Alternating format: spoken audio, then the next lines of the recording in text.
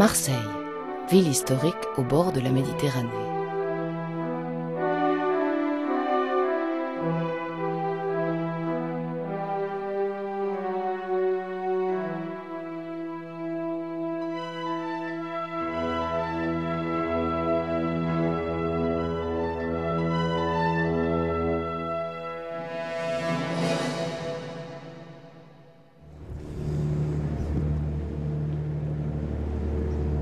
Depuis des millénaires, le port de Marseille voit sortir les plus beaux bateaux.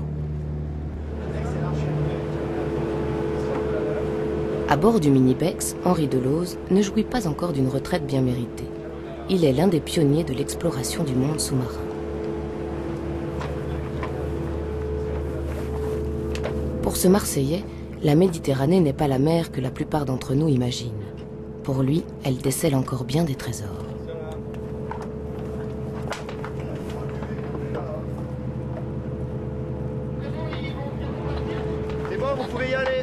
Des trésors qui se méritent et qui heureusement sont inaccessibles au commun des mortels, cachés quelque part sous l'immensité de cette mer azur.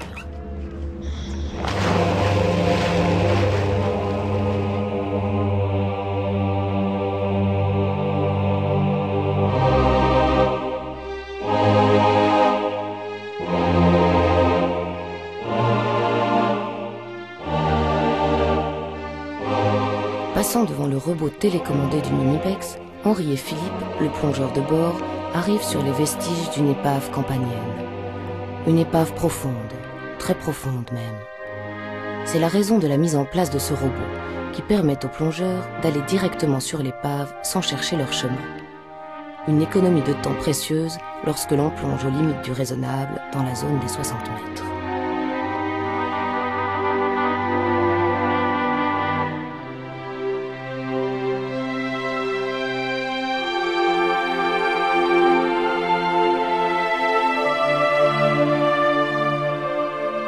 Cette épave est réellement exceptionnelle.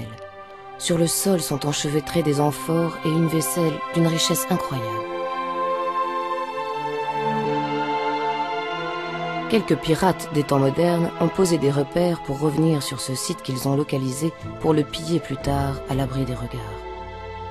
Henri détruit le fil d'Ariane de ses voleurs, espérant qu'ils ne viendront pas détruire ce qui fait la première valeur de ce site, son histoire.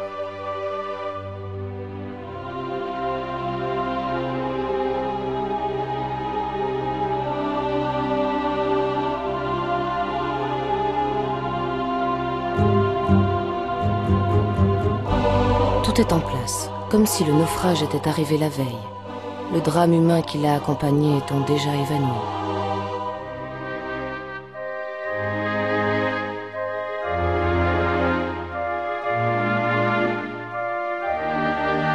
Ce sont en fait plus de 21 siècles qui se sont écoulés depuis que ces assiettes ont réalisé leur dernier voyage.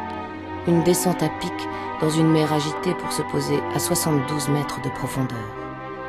L'histoire berce la région de réalité et de légende, comme ce château d'où Edmond Dantès s'échappa avec le plan du trésor de l'abbé Faria, pour devenir le comte de Monte Cristo et se venger sur tous ces Marseillais qui lui avaient volé sa première vie. Il semblerait que la vie de certains Marseillais soit étroitement liée avec le rêve que suscite la découverte de quelques objets qui pourraient changer la destinée de leur inventeur. Ouais, mais on rentre à tôt. On rentre à tôt. Bébel, viens ici, Bébel. Viens là, viens.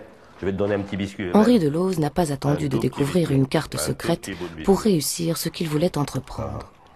Une vie saine et laborieuse, beaucoup de volonté et certainement un peu de chance lui permettent aujourd'hui d'assouvir ses passions, le travail et la recherche d'épaves antiques. C'est plutôt ce type de jouet, le rémorin, un sous-marin ressemblant à un hélicoptère, pouvant descendre à 610 mètres de profondeur, emmenant un passager, ce qui évidemment est très pratique lorsque l'on est archéologue sous-marin, comme Luc. La manœuvre est délicate. Ce jouet de plusieurs millions de francs, posé sur un bateau de plusieurs dizaines de millions, se manie minutieusement et avec dextérité.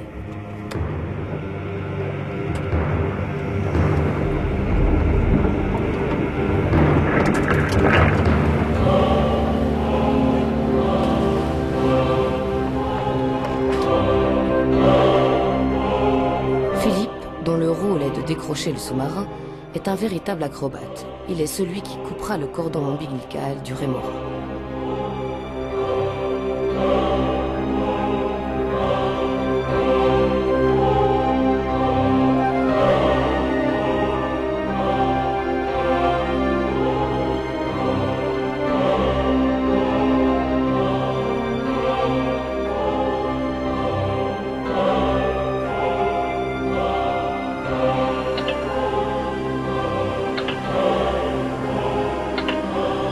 Tout ici est rationnel, tout est étudié, chaque manœuvre est précise. 55 mètres sur le fond, je pars plein sud trouver mon point.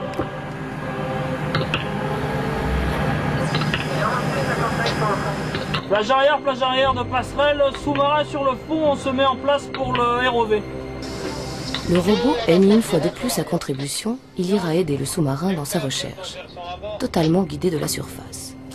Un câble de plus de 700 mètres lui permet d'évoluer. 22, 22, 22, 22, 23 mètres, 24 mètres, 25, 25, stop.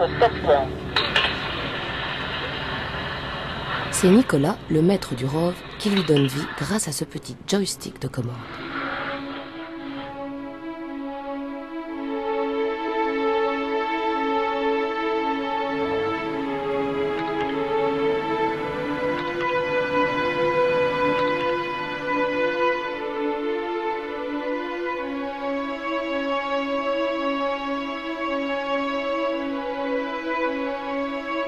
La vision envoyée en surface permet de guider au centimètre près le robot et d'assurer une sécurité complémentaire au sous-marin.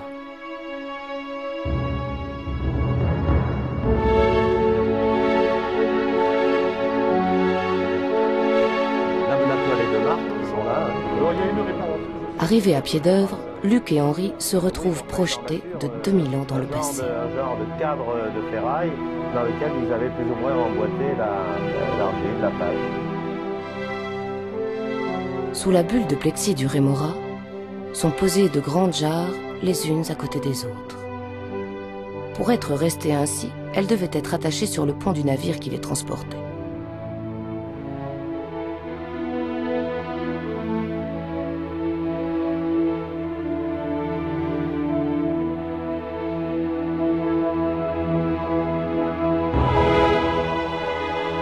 Un navire dont le pont et la cargaison sont ensablés juste sous ces sublimes amphores, appelées Dolia.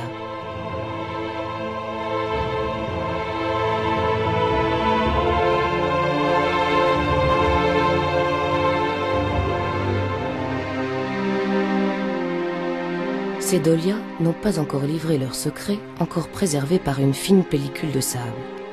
1 mètre tout au plus pour découvrir le pont du navire et descendre dans ses cales. Un chantier énorme et compliqué.